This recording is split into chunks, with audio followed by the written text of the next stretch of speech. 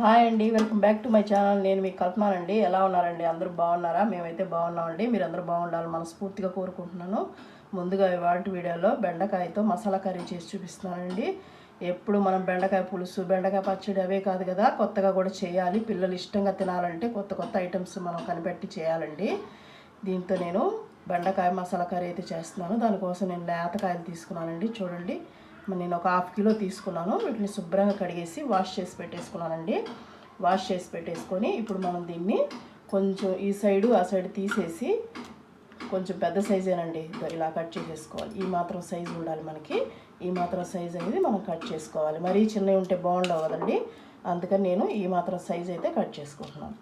మసాలా కర్రీకి ఈ మాత్రం సైజు ఉండాలి. చూడండి, అన్నీ ఇలాగ తరిగేసాను. ఇంత సైజులో తరిగి పెట్టేసుకున్నానండి. ఇప్పుడు మనం ప్రాసెస్లోకి వెళ్ళిపోదాం. చూడండి, ఒక బౌల్ తీసుకున్నానండి. నేను దీనికి చిన్న మసాలా ఒకటి తయారు చేసుకోవాలి. పెరుగు తీసుకున్నానండి, ఒక బౌలు ఫ్రెష్ పెరుగు తీసుకున్నాను నేను. చూడండి, దీంట్లో పసుపు, తర్వాత వేయించి పొడి చేసి పెట్టుకున్నానండి జీలకర్ర, అది తర్వాత ధనియాల పొడి, ఇది కూడా వేయించి పొడి చేసి పెట్టుకున్నానండి 1 స్పూను. తర్వాత దీనికి కారం అండి, మన కర్రీకి సరిపోయే కారం అయితే ఇప్పుడే వేసేసుకుంటున్నాను నేను. చూడండి, 1 స్పూను, 1 స్పూనున్నర వేసుకున్నానండి. స్పూనున్నర కూడా లేదు, తక్కువే ఉందండి. 1 స్పూన్ వేసుకున్నాను. మన కారానికి తగ్గట్టు వేసుకోండి. దీంట్లోనే సాల్ట్ కూడా వేస్తున్నానండి నేను. వేసేసి మనం ఇవన్నీ ఒకసారి బాగా కలిపేయాలండి. దీంట్లోనే కొద్దిగా గరం మసాలా కూడా వేసుకుందామండి. కొంచెం గరం మసాలా కూడా వేసుకుంటే టేస్ట్ బాగుంటుంది. నేను కూడా ఇది ఇంట్లో తయారు చేసుకున్నానండి. ఇది కూడా 1 స్పూను వేస్తున్నాను. వేసేసి ఇవి కూడా ఆల్రెడీ మన ఛానల్లో ఉందండి, గరం మసాలా ఎలా చేయాలని. ఇది బాగా ఒకసారి కలిపేసుకోవాలండి. ఇవన్నీ ఎక్కడ మనకి లంప్స్ లేకుండా కలిపేసుకోవాలి. ఈ మసాలా, బెండి మసాలా కర్రీకి ఇదేనండి టేస్టు. ఇవన్నీ వేసుకోండి.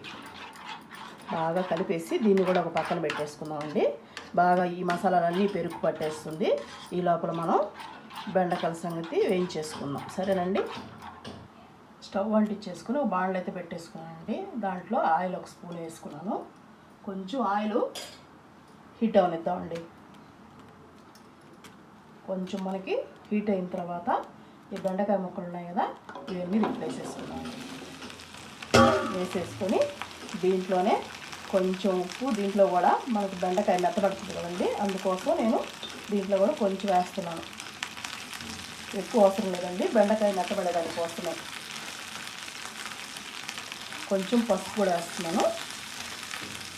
మనకు ఉప్పులో వేగితే బెండకాయ బాగా పట్టుకుంటుంది కదండి, అందుకోసం నేను వేసాను. సిమ్లో పెట్టేసేసి, హై మంట మీద పెట్టకుండా సిమ్లో పెట్టేసి వేయించుకోండి. బెండకాయ మన హెల్త్కి చాలా మంచిది కదండి. మోకాళ్ళలో గుజ్జు పెడుతుంది, బ్రెయిన్కి మంచిది అంటారు. బెండకాయ తినాలండి. చాలామంది బెండకాయ జిగటని తినరు.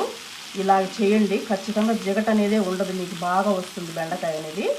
ఇలా ఏంచి చేసామనుకోండి, జిగురు అనేది అస్సలు ఉండదండి బెండకాయకి. సరేనండి, మేము బెండకాయ వేయించిన తర్వాత మీకు చూపిస్తాను. చూడండి, మనకి బెండకాయ వేగిపోయింది.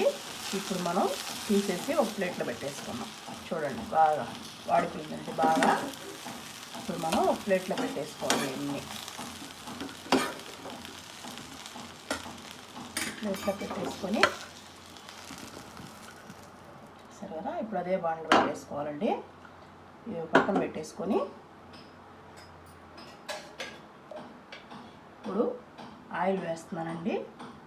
ఇంకొక గంట ఆయిల్ అయితే వేస్తున్నాను.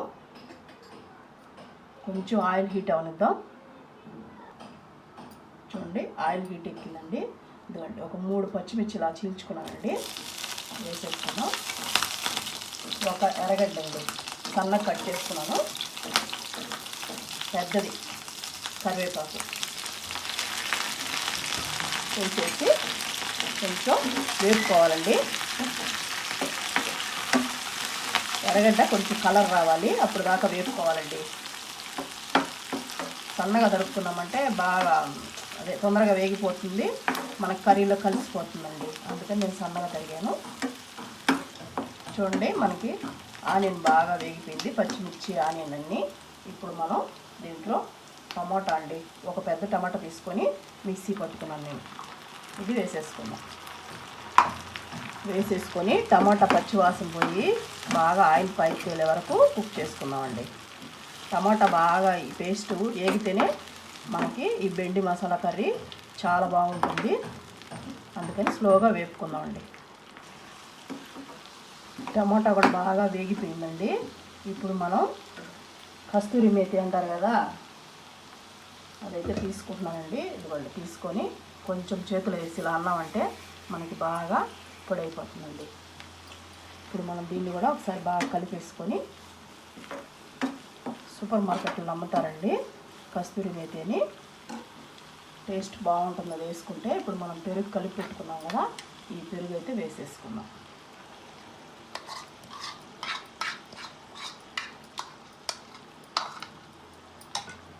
వేసేసుకొని పెరుగు కూడా బాగా కలిపేసుకున్నామండి.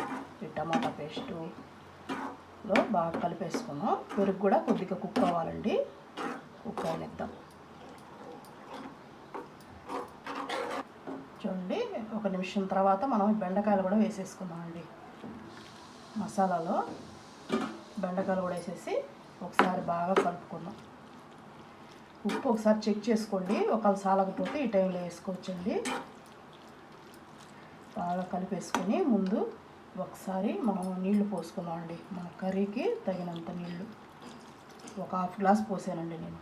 ఎందుకంటే ఒక హాఫ్ గ్లాస్ పోసాను అంతే, ఎక్కువ పోలేదండి. ఎందుకంటే మనం బెండకాయలు వేపేసుకున్నాం కదా ముందే, ఎక్కువ టైం ఏం పట్టదండి. అందుకని నేను సగం పోసాను. ఈ మసాలాలన్నీ మనకి బెండకాయ పట్టేదాని కోసమే పోసానండి సగం. ఇప్పుడు మనం దీన్ని బాగా ఉడకబెట్టుకుందాం. చూడండి, మనకి బాగా దగ్గర పడుతుంది కదా. ఇప్పుడు మనం ఫైనల్గా కొత్తిమీర వేసుకుందామండి. కడిగేసి కట్ చేసి పెట్టేసుకొని మనం కొత్తిమీర వేసేసుకోవడమేనండి.